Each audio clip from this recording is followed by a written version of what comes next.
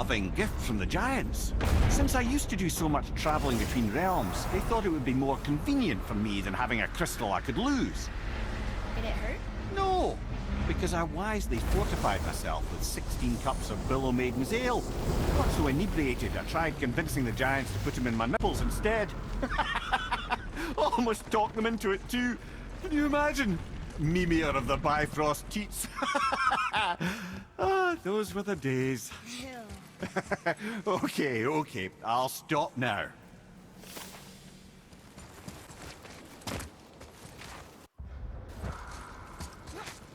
My hands are so sweaty I can barely grip the bow. Well, my nose itches.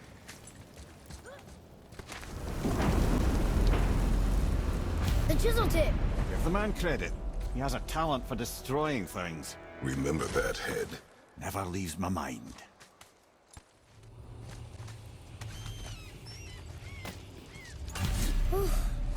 You did well. Thanks. The boy. Just having a little fun, you big grump.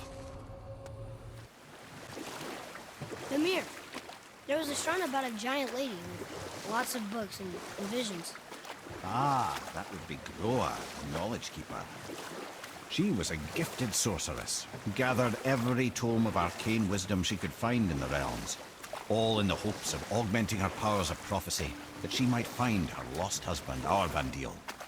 But it was not her husband she would glimpse in her visions, for it was Groa, seeing longer and farther than any before or since, who witnessed ragnarok, the end and the beginning. When Odin caught word of her ultimate prophecy, he maneuvered to obtain her knowledge and hoard it for himself.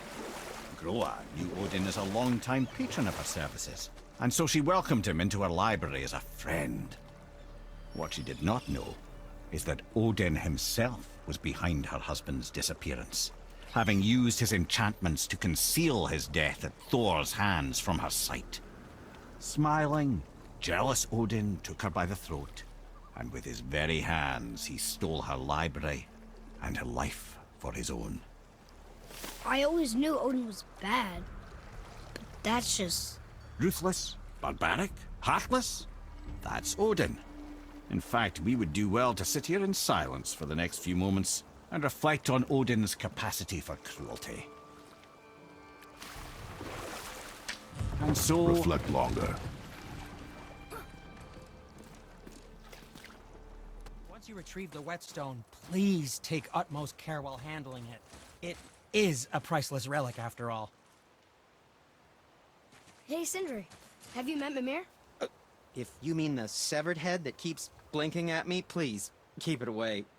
There is no possible way that's hygienic. Oh, that's nice. Lovely to see you too, Sindri. Knob. What realm you gents shaking off? Let me guess. All fine? How'd you guess? I'd know that smell anywhere. Used to spend my fair share of time there, but I ain't allowed to anymore on account of the incident. What happened? Well, ain't too sure your daddy's gonna like me talking about it on account of all the swearing and stealing and fucking involved. What? Don't judge me. You're the one came in all reeking of elf. Stirs up a man's memories. Go on now. I got things that ain't gonna hammer themselves. Brock,